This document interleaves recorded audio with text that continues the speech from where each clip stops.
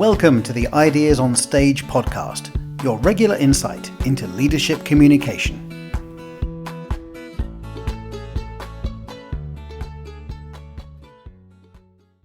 Jeremy, thank you very much for being with us. Welcome to the Ideas on Stage podcast. Hi, how are you doing? Nice to see you. Thanks for having me. Very good, very good. Thank you very much for your time. It's great to have you here. Now, Jeremy, today we are going to talk about how to add humor to our presentations, which is your area of expertise. But before we do this, you need to clarify a curiosity for me. Now, Is it true that you are the voice of the FIFA football game, video game?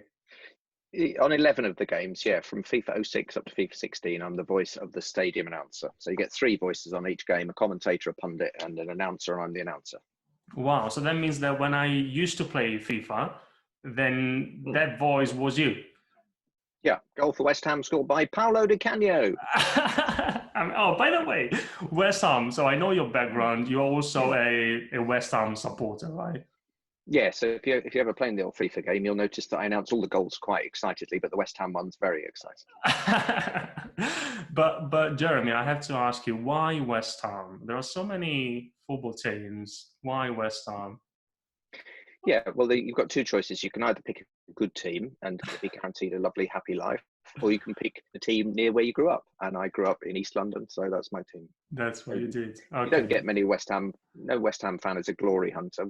The last time we won anything was the year I went to university, so a long time ago. That's why I asked why West Ham. But no, just kidding. I totally get it. I love football too. My team is Juventus. I'm Italian, and yeah, the old lady. The old lady, exactly. Okay, Jeremy. So let's talk about presentations. First of all, the first question I wanted to ask you is, why do you think, and in preparation for this conversation, I had a look at your material, your articles and videos. There is lots of interesting stuff online. And you think that most, particularly business presentations, are rubbish. Why? Not rubbish. I don't think they're rubbish. I just think they're boring. They're boring. Not rubbish. Yeah, they're boring. They're not rubbish in that there's a point to them. You know, there's often excellent content, but it's just presented in such a boring way. People are so worthy, and they do it all like they would imagine their parents doing it at a school speech day or something. And you think, well, what? Just talk normally, just chat to people. And in real life, you know, often I'll be at a conference and people in the coffee breaks are laughing and joking, get on really well. And then suddenly they get on stage, do a presentation, their shoulders are like this. It's like they've still got a coat hanger in their jacket and they're all very rigid. And you think, just lighten up. Give us a little bit of chattiness, a little bit of humor, a little bit of, I call it the spoonful of sugar that helps the medicine go down. And the medicine is, you know, so it might be a really good presentation, there's great content, that's the medicine, but the spoonful of sugar means that people carry on listening till the end. And it drives me mad when everyone says, oh, I'm going to talk for about an hour. And you think, oh, just do 20 minutes and then have loads of questions. That's when you can really demonstrate your expertise in the subject and find out what people want. True. But people just talk, you know, why would you talk for an hour? You know, when you think of an hour-long television program and the number of edits in it and the number of changes of shots, or it's just a man or a woman standing there talking for an hour, boring. And why do you think that's the case? What are some of the key mistakes most business presenters make? Some of the crazy things they do. What do you think? Well, a lot of it is I blame on organisers because they just go, right, okay, so 2:00 we'll have Dave from accounts, and then 3:00. You think, why not say 2:00, 2:20, 2:40? You know, have loads of different people up there, and then if there's a bad one, you can just go to the toilet during that one and come back. No, there's somebody else coming on. But mix it up, put more things in, put some video in, put a little interaction where we can have a poll with the audience, just anything rather than just someone talking and everyone wants to die. and I watched a video of yours some time ago where you used a very interesting analogy it was a video about how to find your core message. And I don't know if you remember it, but you used the analogy of Michelangelo and the David. Oh yeah. Could you tell us about that? So I know why you like that one. because of the Italian angle. So yeah, so Michelangelo, he did David, didn't he? Great big statue of David, very, very famous, beautiful sculpture. And then he was interviewed at the time by Italian television, and they said, Michael, how have you done that beautiful sculpture? Obviously, this is made up because there wasn't television, even in Italy, which invented so many great things. And he said, well, I looked into the rock, and then all the bits that didn't look like David, I just chipped away, which is this is something Michelangelo really said. I haven't made that up. He really did say that. It just wasn't on telly. And he chipped away all the bits that didn't look like David. So I think when you've got your speech and they've said, this is what we want it to be about. So it might be motivational leadership or resilience or coping in a crisis. And you think, right, is that anything to do with coping in a crisis? No, get rid of it. And and chip away all the bits that you might love, but they've got nothing to do with what the core theme of that conference is, or your pitch. If you're pitching in a boardroom about something, is it about the product? No, get rid of it.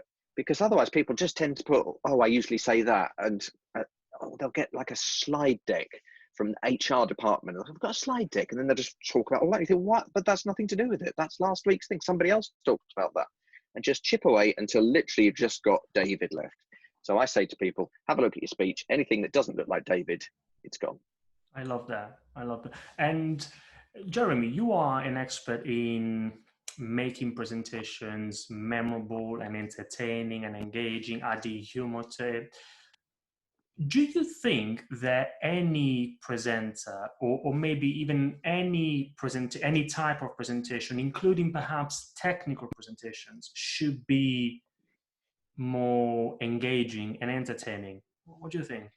Well, they should definitely be more engaging. Mm-hmm. Whether they're going to be entertaining just depends on what you're talking about. So if you're going in and it's a team meeting, and there's 50 people in the room and you're about to announce that 5 of them are going to get made redundant, you don't want to go in there with like that. So I think pick your subjects, but most subjects you can put a little bit of humor in.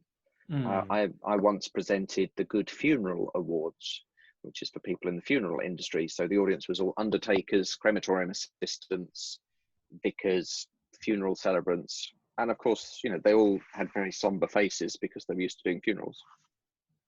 But gradually, as they started winning awards and people were doing speeches and I was the MC, we got some humor in there and people are smiling. So there's not many subjects that you can't do it with. I've even coached people on how to deliver a eulogy at a funeral. Because you think, well, it's a sad day, but everyone that's gone to that funeral loves the person that's died, and the person that died wouldn't want it to be a sad day, so they'll tell stories, and often people will smile, and they're not going to laugh forever, but they'll smile and they'll feel glad that someone has been brave enough to share some funny things about the person that's died. Yeah, so true. And you've just said they tell stories. I know that you think, for a good reason, that stories are fantastic. Stories are very powerful when it comes to effective communication. Could you explore that point a little bit more for us, please? Yeah, so there's the classic way that people think of adding humor to a speech is to tell a joke. For some reason, people say, oh, you should always start with a joke. Now, who said that? The same idiots that said you should always imagine the audience naked because it will relax you. I would not be relaxed if the audience were naked. See, so that's a little humorous story I've told them that's made you smile. And people that say body language is more important. No, it's not. Words are more important. Body language is important, but words are the most important thing. So stories against jokes. The trouble with a joke is it puts pressure on your audience. Because they'll sit there, if I say, here's a funny thing, instantly you'll go, right, well, we'll decide if it's funny.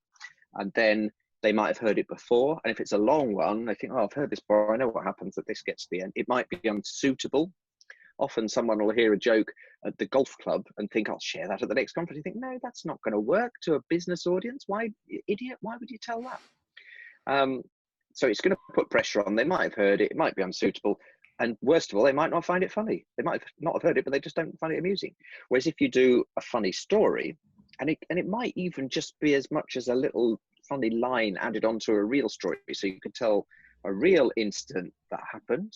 So let me give you a story. I once presented a session on how to use humor in business in Johannesburg in 2010, just ahead of the Football World Cup. It was at the Emperor's Palace Hotel. And I was plugging my laptop in at the side of the stage, and my wife had said to me before I set off from London, "You're too fat for your suit. You can't wear that. You need to get a new suit." And I said, "No, this is my lucky suit for my first ever gig in Africa." But it was too tight. And as I bent down to plug my laptop in, my trousers split at the back, about that much. And then I came out like a space invader, just literally walking from side to side for 5 minutes because I couldn't show them the gap at the back of my trousers.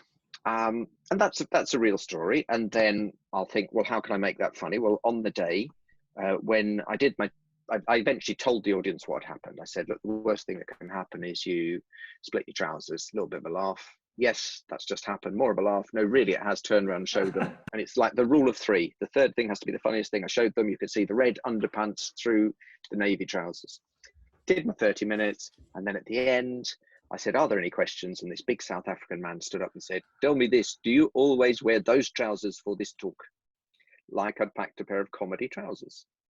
So I know that there's humour in that three, and then there's humour at the end with the guy, and it gets a bit of a laugh because I do a comedy South African accent, and I can do that fairly well because my wife's South African, so I feel like I'm allowed to do that. And that's just an example, really, of mining your life for real stories, and then think, what point could that illustrate?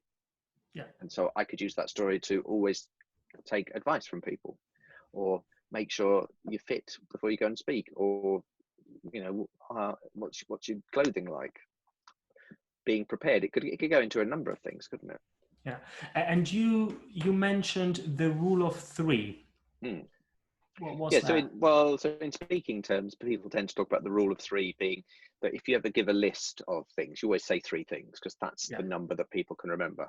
And also if you do four, it's like, yeah, okay, we've got the point. You don't need to say four. And two's not enough to set up a pattern. So in general speaking, you talk about the rule of three. In humorous speaking, you talk about triples. So triples is something from the world of stand-up comedy where you set up a pattern with the first thing, you reinforce the pattern with the second thing, and then the third one subverts the pattern. So it's the same sort of structure as three men go into a pub. And the first one does something, the second one does something similar, and you're expecting the third one to do something similar again, and he does something completely different. And because of that structure, we've grown up with it.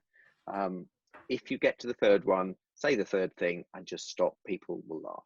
So I'll often open an event by saying two normal things that have happened to me today, and then a third completely ridiculous thing that be quite obvious hasn't happened, and that will get a laugh. I love that. And is that, because I wanted to ask you a question, and maybe that was the answer, I don't know, but I read I think it was an article of yours or maybe a video, and I'm paraphrasing here, but I think the title was something like, I have it written here, how to get a guaranteed laugh with a simple structure that anyone can implement. Was that the structure or was that different? Yeah, that is one of the structures that will definitely get you a laugh. But I love it. One of the reasons that people don't get a laugh is because they'll say something funny and people will start to laugh and they'll carry on straight away. And what you have to do is pause. So you have to build up to the punchline. So the punchline is like that, and then stop and wait. And the reason it's called a punchline is because it's a sudden thing like that. And if you kind of say the punchline soggy, meaning that you'll then do a few little words after it, people are then, what's happening there? What? Oh. So the funny bit always has to be at the end of the sentence. So whenever I'm writing out the script, and I'll write it down, and so let's just say the script's like 4 lines like that. If the joke is there and then I say a few words after it, if that's the funny bit, then that's not going to work. So you've got to move that to the end. So the last thing you say is the funny bit. And then stop and wait. And sometimes you need to wait quite a long time for them to laugh, maybe up to 2 weeks, but you must just stand there and wait. See, that's funny.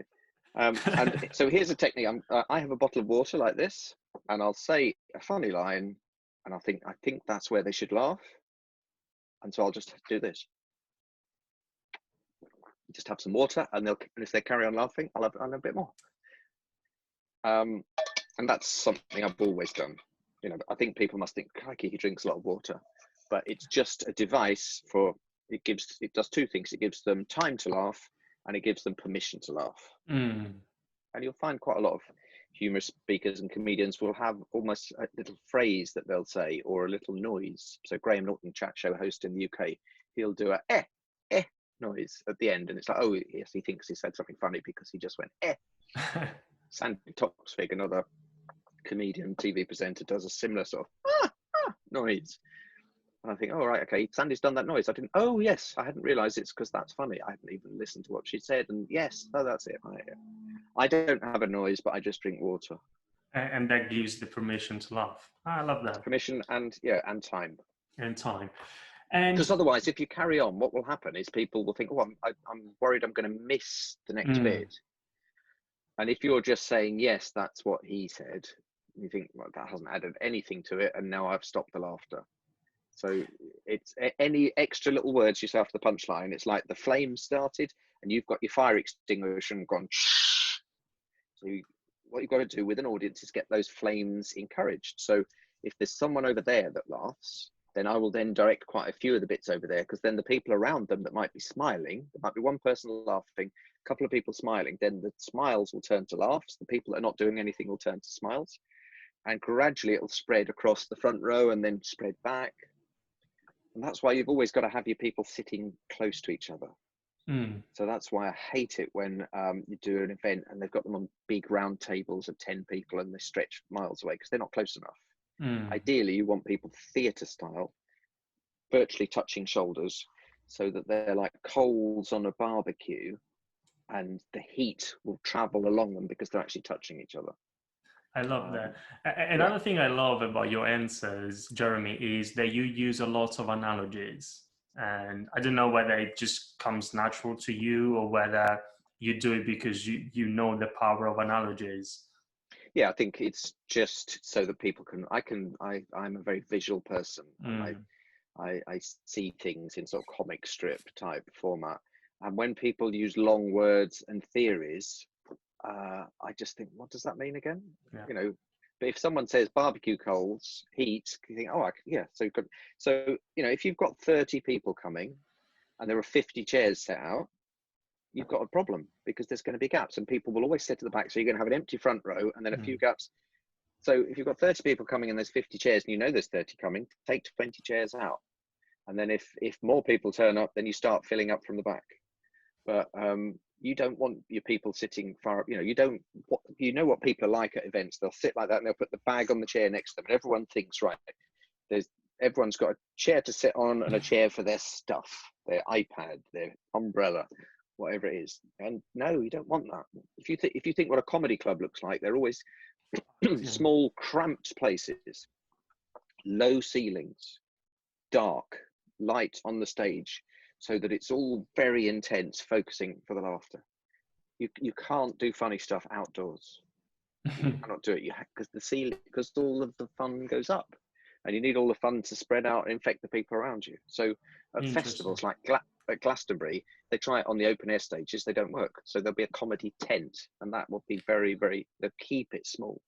Right. Interesting. Yeah. And in addition to this, you mentioned this thing here. You also mentioned jokes before. Are there any other, and if there aren't, no problem at all, we can move on, but are there any other mistakes that people who want, maybe business professionals who want to be funny or who want to add humor to their presentations, is there anything else that they should avoid? Yeah, there's loads of things. But I can give you one thing as an example, and that is, don't care too much about people laughing. Because if you look like you're desperate for them to laugh, they won't laugh. Right. So I think it's a good idea to tell funny, but don't be funny. You know, you'll get a lot of people come out and they'll go, yeah, I heard this thing, and they're almost sort of being cheeky chappy and doing the jazz hands and smiling, and you think, calm down, mate. Whereas if you just come on and say something and it's funny in a witty way, if they laugh, it looks as though you really don't care. You're just throwing it away, and then if they laugh, great. If not, whatever. So it's much better to come out with the whatever rather than the please like me, please clap. Yeah. There's a comedian called Jack D in the UK, and he is very deadpan in his style, and he's fantastic at it. But he used to be very smiley and jokey, and then and he did quite well. You know, he was well respected, but he wasn't brilliant.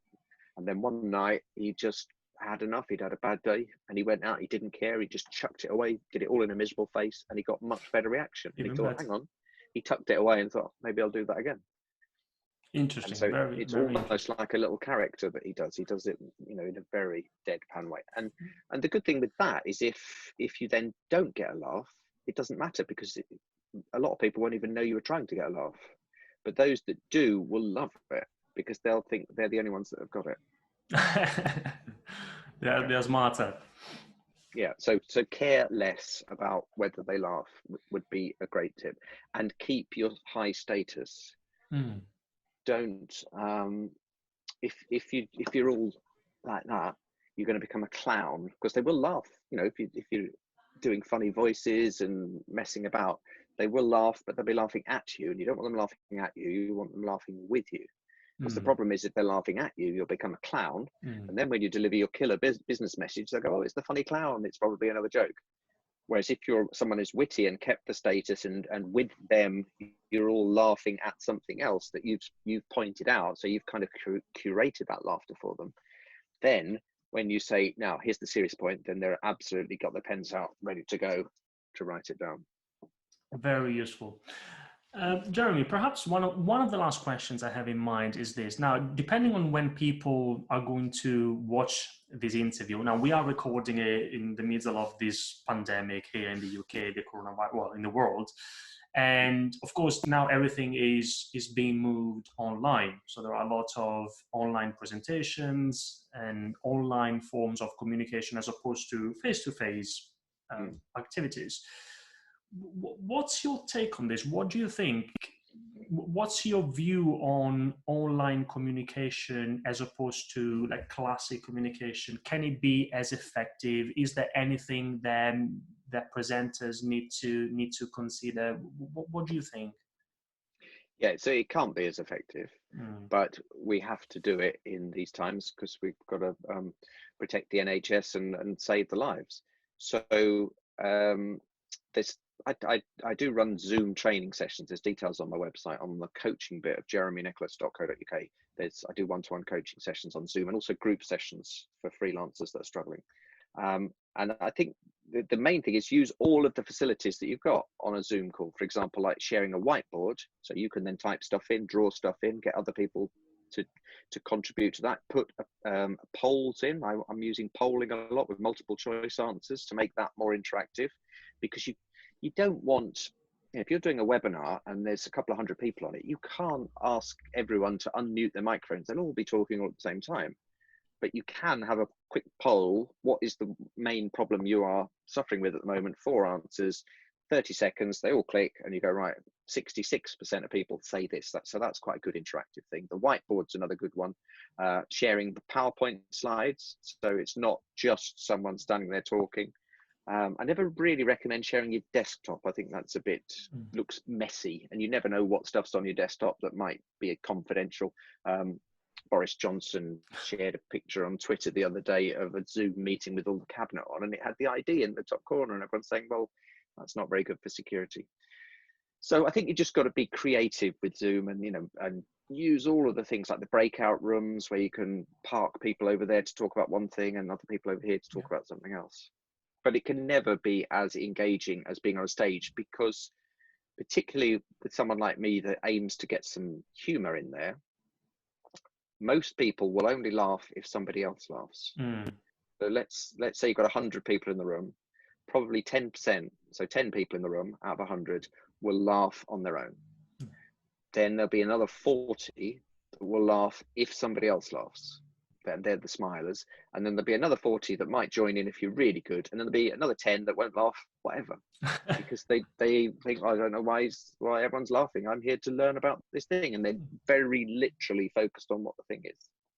And the tricky thing is, if they're right in the front row, one of the 10 people that are never going to laugh, and they're just sort of folded their arms, oh, crikey. So you've got to completely ignore them and just focus on the ones that are. So when I'm doing a Zoom thing, you know, there might be 100 people on the call, and that might mean that they're on 4 pages of faces. If there's someone in one of the things that really isn't smiling, I'll click onto another page so I never see that person. They're the one that makes you think this is a disaster. It's going really badly. And usually when I've done shows, and I've taken shows to the Edinburgh Festival and done 27 days in a row, I've done exactly the same show of after dinner stories from my disastrous broadcasting career. 27 shows, 4 of them didn't go very well, and they were exactly the same as the 23 that went really well. And when I say they didn't go very well, they were just a bit quiet. No one walked out or anything. It's not like people demanded refunds. It was just like a bit quiet. You think, why was that quiet compared to the other days? And it might just be a couple of people that weren't enjoying it, and they might have been sitting together, and the funny people, if they'd have been near each other, would have laughed. Wow. The thing is, what you've got to do is keep, you know, I remember the 4 shows that didn't go very well, and I've got recordings of all of those shows, and every single presentation I do, I listen back to, and I think, that bit was good. Why was that bit good? Oh, it's because I said that slightly differently. Oh, I'll keep that in now. Or why did that not get a laugh? It usually does. It's because I didn't set it up in quite the same way. I was still messing about on a previous thing, because often I'll ad-lib it a little bit. But of those 4 shows that I thought weren't very good, there were still people that came up to me and said, that was great, I really enjoyed that. Can I have your card? Because we're looking for a speaker at this conference. And the biggest one I got was on one of the 4 shows that I thought wasn't very good. So it's, you know, you can't ever think it's not going very well. You just got to trust your material. If it has got laughs in the past, still stick with it. Yeah.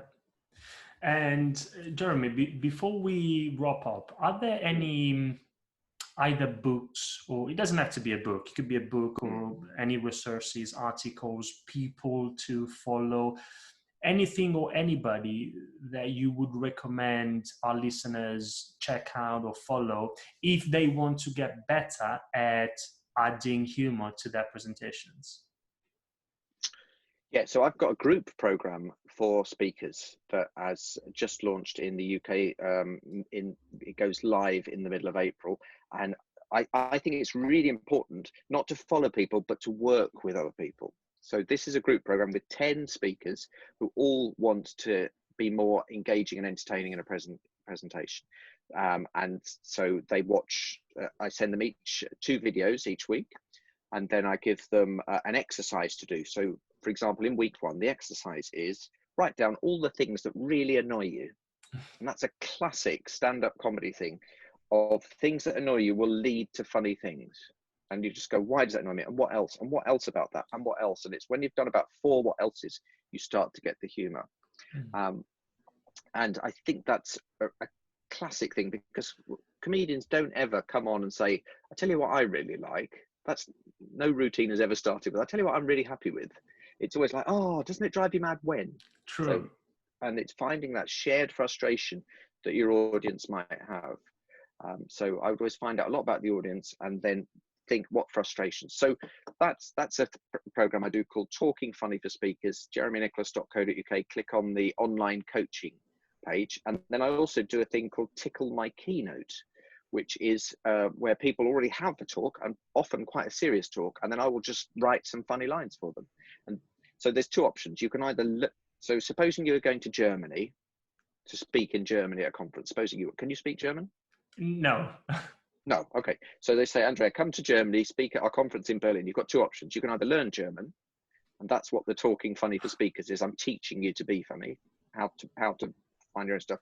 Or the Tickle My Keynote, that is, I will translate it into German for you. Yeah. So I need to stress, I can't speak German. I don't know why I picked German, but I will translate a speech into funny for you, and I will write probably about 10 to 15 funny lines that come after serious lines in your talk that will guarantee you get laughs. And I've done that with loads of international speakers.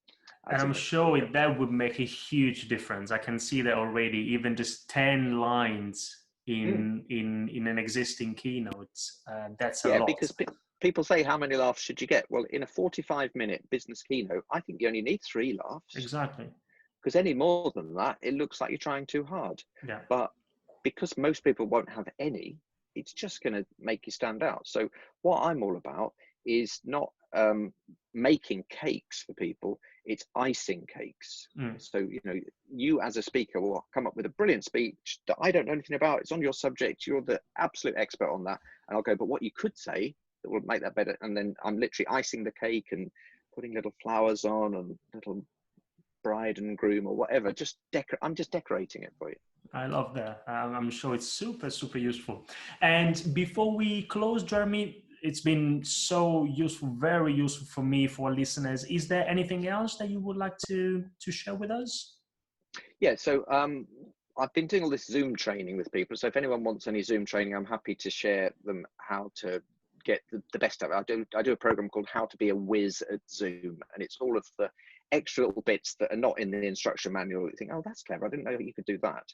And then the other thing is, through doing Zoom, I've learned how to stream Zoom on Facebook and YouTube. So I now have on my YouTube channel a live show, 8 o'clock on Monday and Wednesday and possibly Friday, called the After Dinner Show. And I'm just doing it during the coronavirus just to see what it's like, because there's speakers all over the world that suddenly haven't got any money, any work, and they're trapped. And I just think, right, we'll just showcase them. So I'll get 3 speakers on each time. It's a half-an-hour show. And the rules are this. It's called the After Dinner Show.